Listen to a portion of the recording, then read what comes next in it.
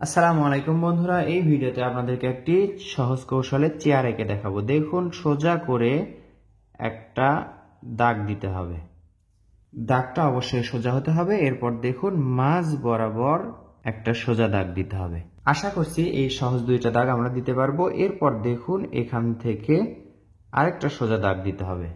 এরপর আপনারা খেয়াল করুন, এখান থেকে এত দূর পর্যন্ত একটা দাগ আসবে এবং এখান থেকে একটু দাগ বের হয়ে যাবে। এখন আমরা কি করব, এখান থেকে এই দাগটা মিলে দিব। চেয়ারের শেপ এখান থেকেই হবে। এরপর আমরা কি করব, এখান থেকে দেখুন সোজা একটা দাগ দিব এত দূর পর্যন্ত। আবার কি করব, এখান থেকে আরেকটা দাগ দিব সোজা এত দূর পর্যন্ত, যেন এই দুইটা দাগ সমান থাকে।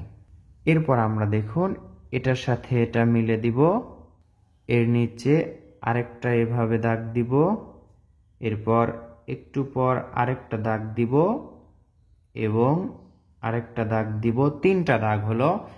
তিনটা দাগ হওয়ার পর দেখুন, এই তো এটার সাথে লেগে দিলাম, এটার সাথে লেগে দিলাম।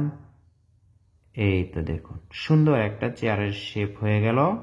এবার নিচের অংশে এখান থেকে একটা সোজা দাগ এভাবে হবে এবং এই দুইটা দাগ ডাবল হয়ে যাবে এভাবে। এটা খুবই সহজ একটি নিয়ম।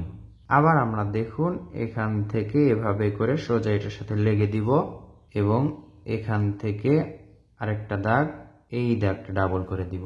আবার দেখতে পাচ্ছেন এই বরাবর আমরা সোজা একটা দাগ টানবো যেন এটা ওটা সমান থাকে। আবার এটা ডাবল করে দিব। তো বন্ধুরা, কেমন লাগলো এই চেয়ার আঁকানোর সহজ নিয়মটি? দেখতে পাচ্ছেন রং করার পর আরো সুন্দর লাগছে। কৌশলে ছবি আঁকুন, অন্যদেরকেও শেখান। আনন্দের সাথে ড্রয়িং শিখুন রংধনু আর্ট অ্যান্ড ড্রয়িং এর সাথে। ভিডিওটি শেষ পর্যন্ত দেখার জন্য অসংখ্য ধন্যবাদ। আসসালামু আলাইকুম।